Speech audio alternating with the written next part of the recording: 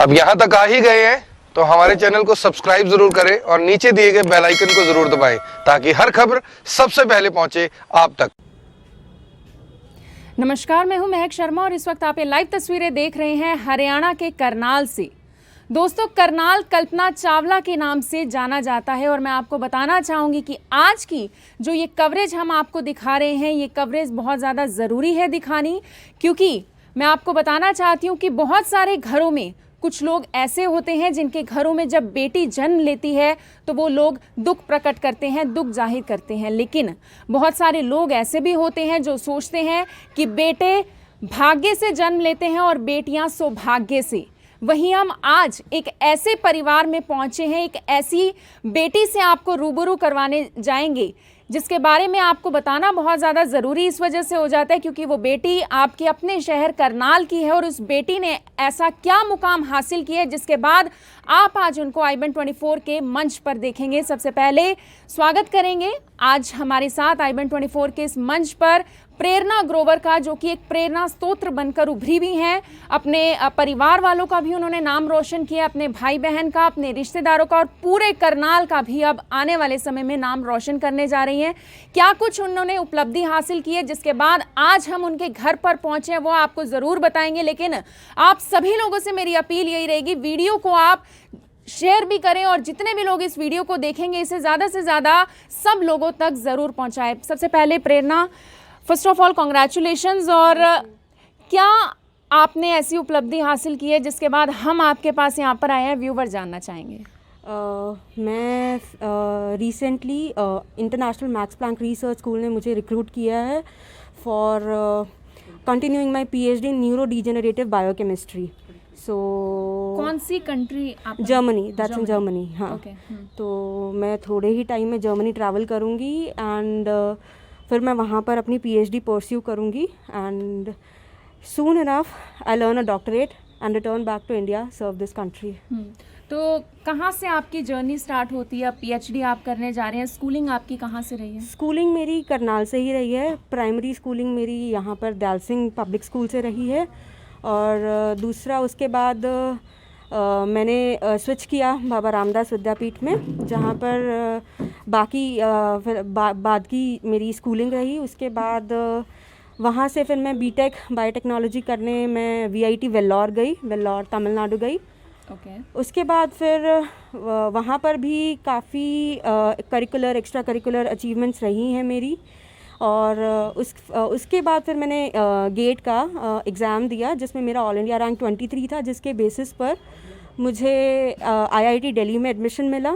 फिर IIT दिल्ली में मैंने अभी रिसेंटली ही मास्टर्स MS बाय रिसर्च मैंने कंप्लीट की है विद 9.95 CGPA एंड उस जर्नी के दौरान ही मैंने इस पोजीशन के लिए अप्लाई किया था जर्मनी में। और अब हाँ, international Max Planck research school एक काफ़ी जाना माना रिनाउंड एक फाउंडेशन है जिसके कभी बोर्ड ऑफ डायरेक्टर हुआ करते थे, आइंस्टाइन भी खुद बोर्ड ऑफ डायरेक्टर हुआ करते थे जिसके। तो जल्दी ही I am going to be a part of it. तो B.Tech आपने जहाँ से की, लेकिन अब बड़ी बात यह है कि आपको जिस कंट्री से अपॉर्चुनिटी मिली है जाने की, साथ में आप जॉब भी वहाँ पर करेंगे, ऐसी भी जानकारी है?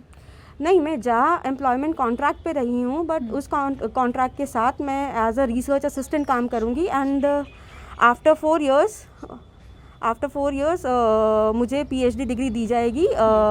जो मेरी फंडिंग एजेंसी रहेगी वो है international Max Planck research school for living matter in Dortmund. तो जिस कंट्री में बच्चे खुद अपना पैसा लगाकर जाना चाहते हैं लेकिन वीज़ा लग नहीं पाता, उस कंट्री से खुद प्रेरणा को बुलाया जा रहा है, ये अपने आप में एक बड़ी अचीवमेंट ज़रूर है, बहुत बड़ी अचीवमेंट है। और कहीं ना कहीं जैसे कि मैंने स्टार्टिंग में ही कहा कि प्रेरणा स्तोत्र हैं आप बाकी तमाम लड़कियों के लिए जो सोचती हैं कि इस फील्ड में शायद हम ज़्यादा आगे नहीं बढ़ पाएंगे। बचपन से ही आप इस तरीके से करना चाहती थी, रिसर्च में आगे जाना चाहती थी? हाँ, बचपन से? एक्चुअली हाँ। तो 4th स्टैंडर्ड से ही जब से थोड़ी क्यूरियोसिटी बढ़ी, इस सब के बारे में पता किया कि सिस्टम क्या है और PhD एक्चुअली होती क्या है। तो उसके बाद से रिसर्च में इंटरेस्ट आया, पढ़ना शुरू किया। बाद में जाके पता लगा टीचर्स की हेल्प से, स्पेशली यहाँ पे मैं नाम लूँगी, मेरे प्रिंसिपल रह चुके बाबा रामदास विद्यापीठ में हरिंदरपाल सिंह विर्क जी, उन्होंने मुझे गाइड किया प्रॉपर। तो फिर मुझे पता लगा बायोटेक्नोलॉजी भी एक फील्ड है, उसमें उसके बारे में पढ़ा, उसमें इंटरेस्ट आया। तो हाँ, फिर उसके बाद 12th के बाद हालांकि मैंने नीट क्लियर किया था, बट MBBS ना करते हुए फिर क्योंकि इंटरेस्ट रिसर्च में था, इसलिए मैंने बायोटेक्नोलॉजी ऑप्ट की और फिर मैं VIT गई। तो सफलता का श्रेय किसको देना चाहेंगे? इंस्पिरेशन कौन रहा है आपकी? इंस्पिरेशन सबसे पहले तो मेरे पेरेंट्स, मम्मी पापा, जिन्होंने हमेशा सपोर्ट किया, नो मैटर फाइनेंशियल कंडीशन कैसी भी रही हो, बट एजुकेशन के मामले में कभी मुझे और मेरे बहन भाई को कभी कॉम्प्रोमाइज़ नहीं करने दिया। उसके बाद मेरे वही दोबारा मेरे प्रिंसिपल सर रह चुके हरिंदरपाल सिंह विर्क जी, फिर मेरी बायोलॉजी की टीचर एक चारू गुप्ता मैम और उर्मिला गौतम मैम, वो करनाल से ही हैं। और उसके बाद फिर IIT दिल्ली में प्रोफेसर विश्वजीत कुंडू हैं, जिनके अंडर मैंने ये रिसर्च प्रोजेक्ट कंप्लीट किया। तो हाँ, इन सब को मैं देना चाहूँगी मेन श्रेय। तो बड़ी बात आप यहाँ पर ये देख सकते हैं कि कहते हैं ना कि एक सफल आदमी के पीछे बहुत सारे लोगों का हाथ होता है, कहीं ना कहीं टीचर्स का हाथ होता है, पेरेंट्स का हाथ होता है, और बहुत और भी ऐसे तमाम लोग होते हैं जो इंस्पायर कर जाते हैं, लाइफ में मोटिवेट करते हैं हमेशा आगे बढ़ने के लिए। अब जर्मनी जा रहे हैं तो कोई स्कॉलरशिप वगैरह आपको मिली है? नहीं, ये पूरा फुली फंडेड एक प्रोग्राम है, जिसमें वो लोग मुझे आगे खुद से मतलब फेलोशिप देंगे। अराउंड 2000 यूरोज़ की मुझे रेम्यूनरेशन मिलेगी वहाँ से, मतलब कॉम्पनसेशन 2000 यूरोज़ पर मंथ के हिसाब से मिलेगा। तो मुझे टैक्स बेनिफिट्स, हेल्थ इंश्योरेंस वो वहीं मिलेगा, मुझे अपनी तरफ से कुछ सब फैसिलिटीज़ मिलेंगी, मुझे अपनी तरफ से कुछ नहीं देना होगा। तो फाइनेंशियल दिक्कत आई बीटेक करने में, आगे IIT करने में, क्योंकि बाहर रहे हैं आप काफ़ी समय? राइट। तो बीटेक के लिए इनफैक्ट मेरे फादर ने एजुकेशन लोन लिया था, तो जिसको एक्चुअली गेट जब मैंने क्लियर किया, उसमें गवर्नमेंट की स्कीम है कि मास्टर स्टूडेंट्स को वो 12,400 रुपीज़ पर मंथ फेलोशिप देते हैं। तो उसमें से क्योंकि मैं इतना एक्सट्रोवर्ट नहीं हूँ, मैं बाहर जाना, मेरा इतना खर्चा नहीं रहता था, तो 12,400 में से मैं हर महीने एजुकेशन लोन की इंस्टॉलमेंट अभी रिसेंटली जो शुरू हुई थी उसके लिए मैं अपने फादर को भेज देती थी 10,000 उसमें से। सो अभी वो एजुकेशन लोन कट रहा है और फिलहाल अभी भी मुझे वो मिल रही है, तो मैं अभी भी दे देती हूँ। अपने दम पर आपने ये मुकाम हासिल किया है, कह सकते हैं। जी। अच्छा, एक्सट्रोवर्ट से याद आया, जैसे प्रेरणा ने कहा कि मैं ज़्यादा एक्सट्रोवर्ट नहीं हूँ, इंट्रोवर्ट टाइप की गर्ल हूँ। हम जैसे लोग होते हैं ड्यूटी के टाइम पर ड्यूटी करते हैं, रिपोर्टिंग करते हैं, काम करते हैं, लेकिन बाद में जब फ्री टाइम होता है इंस्टाग्राम चलाते हैं, फेसबुक चलाते हैं, सोशल मीडिया यूज़ करते हैं। और अमूमन जो यंग जनरेशन है वो इसी तरीके से करती है, बाहर क्लब्स में जाना अच्छा लगता है, पार्टीज़ करना अच्छा लगता है, दोस्तों के साथ एंजॉय करना अच्छा लगता है। तो कहीं ना कहीं आपके लिए ये चीज़ों का समय मिल पाता था आपको? समय एक्चुअली पिछले 2 साल तो मिला नहीं इतना। इनफैक्ट मैंने मतलब पिछले 2 साल क्या, पिछले 6 साल में मिला ही नहीं। कितनी दिवालियाँ मैंने मिस की फैमिली के साथ, कितनी होली मैंने मिस की फैमिली के साथ, फैमिली फंक्शंस मिस किए मैंने। अभी रिसेंटली जब मैं दिल्ली में भी थी तब भी मेरा आना पॉसिबल नहीं हो पाता था, क्योंकि कभी कभी तो ऐसे हो जाता था, क्योंकि मेरा एक इंडिपेंडेंट रिसर्च प्रोजेक्ट था जिसमें मैंने अल्जाइमर्स पे काम किया है और सार्स कोरोना वायरस पे भी काम किया है। वो जो रिसर्च प्रोजेक्ट था, कभी कभी बिकॉज नॉवल था, नया था, इंडिपेंडेंट था और कोई बैकग्राउंड नहीं था, स्क्रैच से शुरू किया और टाइम कम था, 2 साल का टाइम था। तो सुबह कभी कभी ऐसे होता था कि सुबह 7-8 बजे भी शुरू करना होता था और रात के 2-3 भी बज जाते थे। तो मेहनत काफ़ी है, लग रही है, मेहनत काफ़ी रही है, आगे भी है। फ्रस्ट्रेशन रही है बहुत ज़्यादा, पर अब भी अच्छा लग रहा है क्योंकि अब फ्रूट मिल रहा है उस हार्डवर्क का। बिल्कुल, hard work always page of. And एक और चीज़ मैं आपको बताना चाहूँगी, जो प्रेरणा के फादर हैं वो अकाउंट्स ऑफिसर हैं, गवर्नमेंट एम्प्लॉय हैं, लेकिन एक दुख भरी बात जो ज़रूर बतानी चाहिए कि इसी साल प्रेरणा ने अपनी माँ को भी खोया। कहीं ना कहीं माँ की कमी बहुत ज़्यादा महसूस हो रही होगी। आज जब इतनी ज़्यादा कामयाबी मिली है तो कहीं ना कहीं माँ को बहुत याद कर रहे हैं। अगर वो आज होती तो बहुत ज़्यादा खुश होती। हाँ, कमी तो है, मतलब इस एक मतलब सक्सेस को सेलिब्रेट भी करना चाहूँ तो पूरी तरह से सेलिब्रेट नहीं हो पा रहा है, तो कहीं ना कहीं वो वॉइड है और शायद रहेगा। माँ बेटी का जो रिश्ता होता है वो अनमोल होता है, दोस्तों की तरह होता है। राइट। तो मिस मैं करती हूँ, ऑब्वियसली टाइम के साथ हील होगा, बट वो वॉइड कभी कंप्लीट नहीं हो पाएगा। तो कभी लाइफ में इस जर्नी में क्रिटिसिज्म को भी फेस किया है, किसी ने क्रिटिसाइज किया हो बहुत कि बार। क्या कर रही है, छोड़, इतनी मेहनत कर रही है, इसका कोई फल नहीं है, आने वाले समय में कुछ नहीं होने वाला, कोई स्कोप नहीं है? बहुत बार। एंड काफ़ी बार मैंने इस चीज़ को इग्नोर किया, बट कई बार मैंने इस चीज़ को कंस्ट्रक्टिवली, इसको एज अ कंस्ट्रक्टिव क्रिटिसिज्म मैंने इसको ट्रीट किया, और रादर कि मेरी जर्नी में रोड़ा बने, ये मेरा एक ड्राइविंग फोर्स बना। ओके, हॉबीज़ क्या कुछ हैं आपकी, क्या कुछ करते हैं? एक जानकारी और प्रेरणा के बारे में मिली है कि वो एक ट्रेंड भरतनाट्यम डांसर भी हैं। डांस का शौक कहाँ से आया? एक तरीके से रिसर्च कर रही हैं और डांस भी कर रही हैं। वो स्कूल टाइम में, तो स्कूल टाइम में स्टार्टिंग में 8-9 तक रहता था इंटरेस्ट, तो किया, तब रेगुलर किया। उसके बाद पढ़ाई का प्रेशर काफ़ी बढ़ गया था। हॉबीज़ क्या कुछ हैं अभी? हॉबीज़ अभी मेनली डांस है। स्कूल में मैंने मतलब डिबेट, डेक्लमेशन भी इंटर स्कूल बहुत पार्टिसिपेट किया और एक्कोलेड्स जीते हैं। और उसके बाद डांस में भी मैं स्टेट लेवल तक परफॉर्म किया है, भरतनाट्यम में ही, और उसमें भी काफ़ी मतलब लॉरल्स मिले हैं। और उसके बाद I like to read books a lot, specially non fiction. और बुक से याद आया, मतलब अभी वीआईटी में रहते हुए ही मैंने एक बुक चैप्टर भी मतलब ऑथर किया है, तो ये सब। हाँ, तो स्कूल में किस तरह की स्टूडेंट रही हैं? हमेशा टॉप करती थी, ए ग्रेड आता था, ऐसा कुछ? हाँ, स्कूल एडमिनिस्ट्रेशन में भी रही हूँ। जैसे स्टूडेंट्स होते हैं उन सब में एक्टिव रहना, हर किसी चीज़ में पार्टिसिपेट करना, बट पढ़ाई में लैग ना आने देना, ट्रिप्स जानी तो उस पर भी जाना। So I was a very active student, I would कुछ से। पॉलिटिकल व्यूज़ भी आपके रहते हैं, कुछ अपने थॉट्स, कुछ अपने ओपिनियंस? अभी जैसे कोरोना चल रहा है,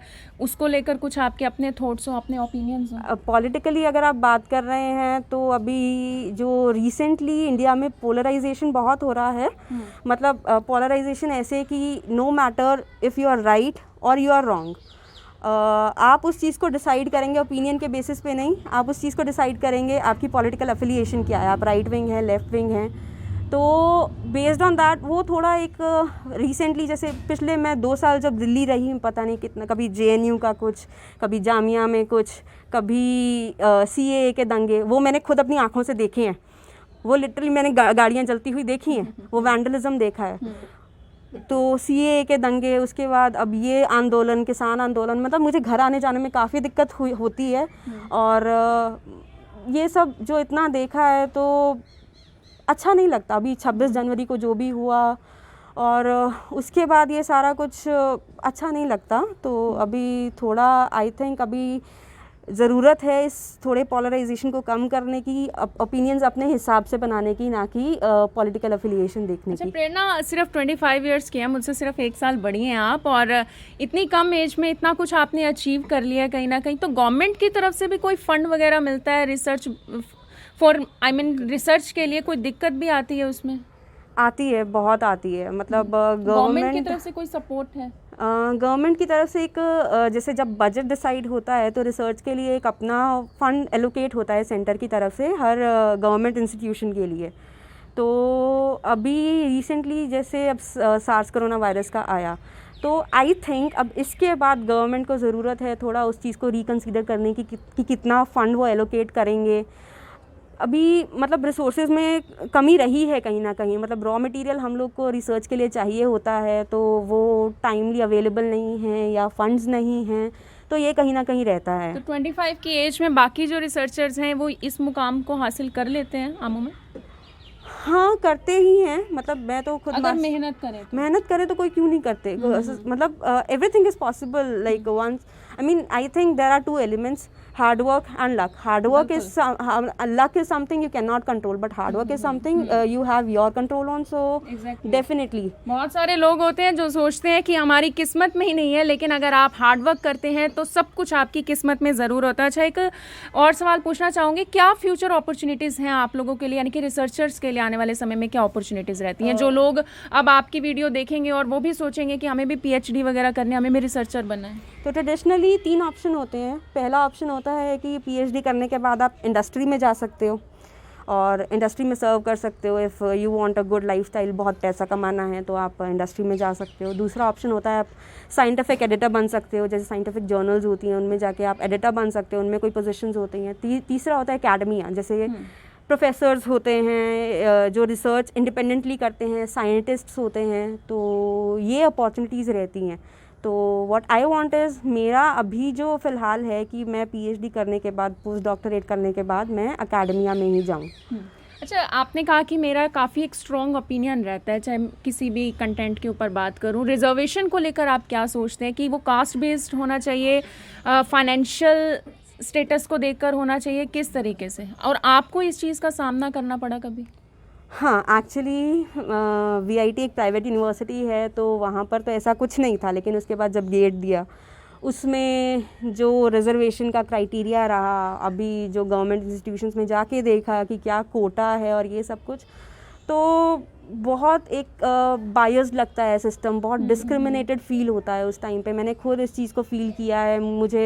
मैंने आइसर मोहाली में मैंने एक जगह पर मैंने पीएचडी के लिए अप्लाई किया था। मेरा गेट रैंक 23 था, ऑल इंडिया रैंक, और गेट स्कोर 803 था 1000 में से, जबकि कट ऑफ 600 कुछ थी। मुझे कॉल नहीं आया क्योंकि कोटा में सब लोग भर चुके थे। तो क्या कहना चाहेंगे, रिजर्वेशन किस हिसाब से? Reservation it's been like 70 years now. अभी इंडिपेंडेंस को, अभी किसी को इतनी ऐसी एम्पावरमेंट की ज़रूरत नहीं है कि आपके सोशल स्टेटस के बेसिस पे आपको रिजर्वेशन मिले। रादर रिजर्वेशन होनी है तो फाइनेंशियल बेसिस पे होनी चाहिए। तो आई वुड सजेस्ट कि, and I don't see it coming very soon, so let's hope for the best. एक क्वेश्चन आया मेरे दिमाग में कि अब क्लास बी के जैसे, यानी कि आपके जो फादर हैं वो गवर्नमेंट एम्प्लॉय हैं, तो कई बार ऐसा देखा जाता है जो बच्चे होते हैं आगे गवर्नमेंट एम्प्लॉयज़ के, वो सोचते हैं कि बाप के पैसे पर तो ऐश करनी है, काम काज छोड़ो, हमें तो पैसा मिल ही रहा है। तो ऐसा भी कभी दिमाग में आया था? नहीं, ऐसा कुछ कभी नहीं, कभी नहीं। सिर्फ मेहनत करनी थी। हाँ। अच्छा, एक और चीज़ पूछना चाहूँगी कि 4 साल अब आपको लगने वाले हैं जर्मनी में, तो वहीं पर आप रहेंगे, आपका दिल भी वहाँ लग जाएगा, कामकाज भी आप वहाँ पर करेंगे, तो फ्यूचर में ही आप सर्व करेंगे या फिर इंडिया वापस आना चाहेंगे? मतलब with whole heart I want to serve this country. I want to come back and serve this country because India में वैसी अपॉर्चुनिटी मिलने वाली है? वही रिजर्वेशन की बात आ जाती है। अगर opportunities, because eventually I am going, मतलब I am not that kind of person कि जिसको लग्जरी चाहिए या कुछ, मतलब आई एम हैप्पी कि इतना मिल जाए जिसमें गुजारा हो जाए।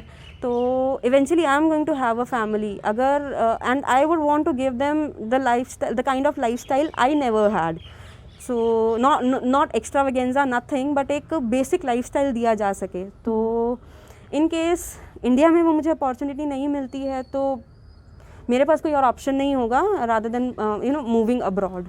तो प्रेरणा है घर की सबसे बड़ी बेटी हैं, और सबसे बड़ी बात, इनकी एक और बहन भी है, एक भाई भी है, जो कि वो भी एकेडमिक्स में भी मैं बात करूं, यानी कि स्कूल में भी काफ़ी अच्छे हैं, स्टडी में काफ़ी अच्छे हैं, टैलेंटेड भी हैं। और बड़ी बात ये है कि सबसे बड़ा जो सपोर्ट है वो उनके फादर का रहा है। बचपन से ही स्कूल की मैं बात करूं, कॉलेज की बात करूं, हमेशा टॉपर रही हैं। जब वो बीटेक करी थी तो स्पेशल अचीवर, उनको अवार्ड भी वहाँ पर मिला था, उससे भी उनको नवाजा गया था। बचपन से ही अवार्ड्स लेने की आदी हो चुकी हैं, हमेशा से ही टैलेंटेड रही हैं। और अब सबसे बड़ी बात कि जर्मनी जा रही हैं, और जर्मनी की ही जो यूनिवर्सिटी है, वहाँ के स्कूल हैं, वो खुद प्रेरणा ग्रोवर को यहाँ से लेकर जाएंगे, यानी कि यहाँ से वो जर्मनी बुला रहे हैं, जो अपने आप में एक बड़ी बात इस वजह से हो जाती है क्योंकि सभी जो रिसर्चर्स हैं, सभी जो बच्चे आगे पढ़ना चाहते हैं, पीएचडी करना चाहते हैं, उन लोगों को वो मुकाम इतनी कम एज में हासिल नहीं हो पाता जो प्रेरणा ग्रोवर ने किया। प्रेरणा 25 साल की आप हैं, शादी का भी कोई प्लान है अभी? नहीं, अभी नहीं। Until I am done with my PhD, no plan as such. कोई प्लान नहीं है अभी? नहीं। और कभी घर वालों की तरफ से कोई दबाव हो कि नहीं शादी भी ज़रूर करनी है, अभी है वो है? नहीं, इमीडिएट रिलेटिव्स की तरफ से ज़रूर आते थे, बट घर वालों ने, इनफैक्ट मेरी मम्मी थी तो उन्होंने भी पूरा सपोर्ट किया, पापा ने भी पूरा सपोर्ट किया। तो मुझे कभी इस चीज़ को फेस, मतलब एनकाउंटर नहीं करना पड़ा। कहीं पढ़ाई की वजह से मम्मा के साथ भी टाइम स्पेंड कम हुआ आपका? हाँ, पिछले 6 साल में मतलब मैं नहीं उनके साथ प्रॉपर टाइम स्पेंड कर पाई क्योंकि मैं यहाँ होती ही नहीं थी। 6 महीने में एक बार आना, 1 साल में एक बार आना, तो वो चीज़ थोड़ी खलती है। पर now what needs to be done should be done. चलिए, ज़्यादा और समय नहीं लूँगी आपका, लेकिन एक बात और पूछना चाहूँगी क्योंकि मम्मा भी आपके वर्किंग थे, पापा भी जॉब करते थे और आप घर में सबसे बड़ी थी, तो घर में कभी जिम्मेवारी भी आपके ऊपर आई है कि काम करना है घर का और पढ़ना भी है मुझे? नहीं, मम्मी ने कभी आने ही नहीं दी। मतलब एक होता है ना सुपर वुमन टाइप्स की, वर्किंग भी रही हैं, हाँ। घर का भी सब देखा है, पापा भी वैसे वर्किंग भी रहे हैं और घर का सब देखा है, तो उन दोनों की तरफ से पूरा ऐसा कहीं सपोर्ट ना रहा कहीं है। आप में भी आपकी माँ की छवि ज़रूर झलकती है कि बहुत ज़्यादा रिस्पॉन्सिबल भी हैं, टैलेंटेड भी हैं। और जो फादर हैं इनके, उनसे भी बात करेंगे। प्रेरणा के जो फादर हैं अशोक ग्रोवर जी, उनसे बात करेंगे। सर, कैसा आप फील कर रहे हैं? एक डायलॉग है काफ़ी फेमस मूवी का कि छोरियां छोरों से कम है, कि आज कैसा फील कर रहे हैं आप? नहीं, I am really proud of my children. जो बिटिया है मेरी, मेरे को उस पर गर्व है। बाकी दोनों जो छोटी बिटिया है, बेटा है, तो वो मतलब एजुकेशन में काफ़ी अच्छा परफॉर्म कर रहे हैं वो, तो इसलिए मतलब बहुत अच्छा फील हो रहा है कि लड़कियां लड़कों से कम नहीं है। तो घर में जब पहली बेटी आई थी तो लगा था कि इतना ज़्यादा नाम रोशन करेगी, मेरा भी, रिश्तेदारों का भी, मेरे बाकी बच्चों का भी? नहीं, शुरू से ही है ना, बहुत ज़्यादा मतलब इसको कुछ चीज़ें जानने की बहुत ज़्यादा इसको वो रहता था, तो ये जिज्ञासा रहती थी, बार बार क्वेश्चन करती थी, तो उसी टाइम लग गया था कि ये कुछ ना कुछ करेगी। तो कोई मैसेज देना चाहेंगे उन लोगों को जो बेटियों को बेटों से कम समझते हैं और समझते हैं कि हमारे वंश का अगर कोई नाम रोशन करेगा तो वो हमारा बेटा कर सकता है? नहीं, बेटियां कम नहीं हैं, अगर उनको मौका दिया जाए तो बेटियां कम नहीं हैं, वो बहुत अच्छा कर सकती हैं। वो हमारे कल्पना चावला थी करनाल से, तो इसलिए मतलब एक उदाहरण के तौर पे हम लेते हैं, तो इसलिए मतलब बेटियां कम नहीं हैं, बेटों से बहुत सब कुछ कर सकती हैं, ऐसा नहीं है लाइफ। तो अशोक ग्रोवर जी हैं, प्रेरणा के फादर हैं, एक प्राउड फादर हैं मैं तो ये बोलूँगी, और प्रेरणा की बहन भी हैं जो इस वक्त हमारे साथ जुड़ेंगी। कैसा फील कर रही हैं आपकी बहन अब आपसे दूर भी जा रही है और कहीं ना कहीं एक प्राउड मोमेंट भी आप लोगों के लिए? डेफिनेटली प्राउड मोमेंट है, बट याद आएगी अभी बहुत ज़्यादा, क्योंकि आफ्टर माय मदर तो इसने बहुत संभाला सबको, तो या डेफिनेटली। आप क्या करते हैं? मैं भी MBA कर रही हूँ एक फायर यूनिवर्सिटी से, जयपुर से, और लास्ट मंथ ही मैंने अपनी जॉब से रिज़ाइन दिया था। बैंक में मैं जॉब करती थी, तो उसको मैंने रिज़ाइन करके, बिकॉज माय मदर वांटेड कि मैं पहले अपनी स्टडीज़ कंप्लीट करूँ, तो मैंने उसके लिए फिर अपना MBA एग्ज़ाम दिया, कॉम्पिटिटिव एग्ज़ाम्स दिए, एंड उसको मैंने पास किया, and now I am doing MBA। बहुत खुश हैं आपका पूरा परिवार इस वक्त? बहुत ज़्यादा। परिवार बहुत ज़्यादा खुश है, बस कमी है तो उस माँ की जो माँ अपनी बेटी को आज शायद कहीं ना कहीं से तो ज़रूर देख रही होगी, क्योंकि एक माँ बहुत ज़्यादा खुश होती है जब उसकी बेटी को इतनी ज़्यादा सफलता मिलती है।